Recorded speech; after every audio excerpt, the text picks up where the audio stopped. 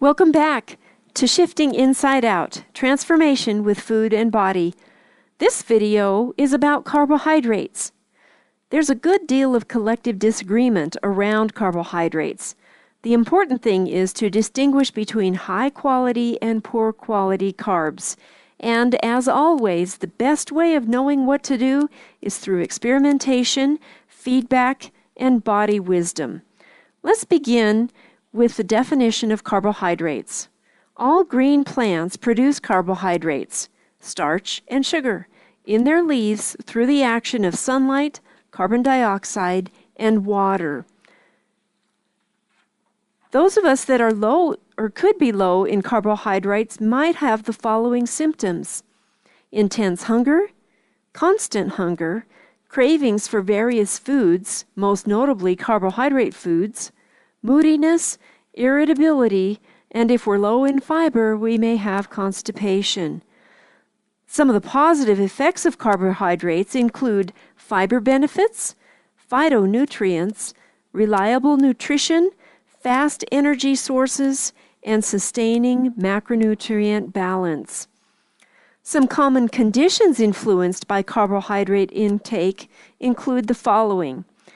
With excessive carbs and sugars, we may experience binge eating, ongoing cravings for sugar, sweets, and carbohydrates, ongoing cravings for fried foods, and bloating. Conditions that are associated with excess poor quality carbs or excess high quality carbs can include difficulty losing weight, low energy, and moodiness. Conditions associated with excess poor quality carbs include consistent immune issues like reoccurring colds and headaches. And conditions associated with the lack of high quality carbs include constipation. Let's go over what poor quality carbohydrates are. Topping the list is high fructose corn syrup, followed by sugar, white flour products, corn flour products, commercial cereals, breads, pastries, soft drinks, and so on. All of these items are precursors to weight gain. They are instigators of appetite. They are nutrient depleters, metabolic dysregulators, insulin and blood sugar destabilizers, and they have a long list of health issues, including fatty liver, heart disease, and dementia. Oftentimes, we can cut down on specific carbs and yield positive results tied to food allergies. And the two items that we can work with food allergies are wheat and gluten and corn. Only during the last century has man's diet included a high percentage of refined carbohydrates. In nature, sugars and carbohydrates, the energy providers, are linked together with vitamins, minerals, enzymes, protein, fat, and fiber, the body-building and digestion-regulating components of the diet. In whole form, sugars and starches support life, but refined carbohydrates are opposite of life because they are devoid of body-building elements. Digestion of refined carbohydrates calls on the body's own store of vitamins, minerals, and enzymes for proper metabolization. When B vitamins are absent, for example, the breakdown of carbohydrates cannot take place. Yet most B vitamins are removed during the refining process. The refining process strips grains, vegetables, and fruits of their vitamin and mineral components. Refined carbohydrates have been called empty calories.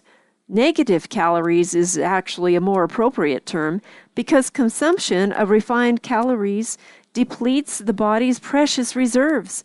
Consumption of sugar and white flour may be linked to drawing on a savings account.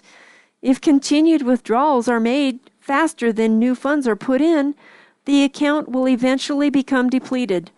Some people may go longer than others without overtly suffering, but eventually it will feel the effects of this inexorable law. When sugars and starches are eaten in their natural, unrefined form as part of a meal containing nourishing fats and protein, they are digested slowly and enter the bloodstream at a moderate rate over a period of several hours. The body is kept on an even keel, so to speak, both physically and emotionally. But when we consume refined sugars and starches, particularly alone, without fats or protein, they enter the bloodstream in a rush, causing a sudden increase in blood sugar. The body's regulation mechanism kicks into high gear, flooding bloodstream with insulin and other hormones to bring blood sugar levels down to an acceptable level.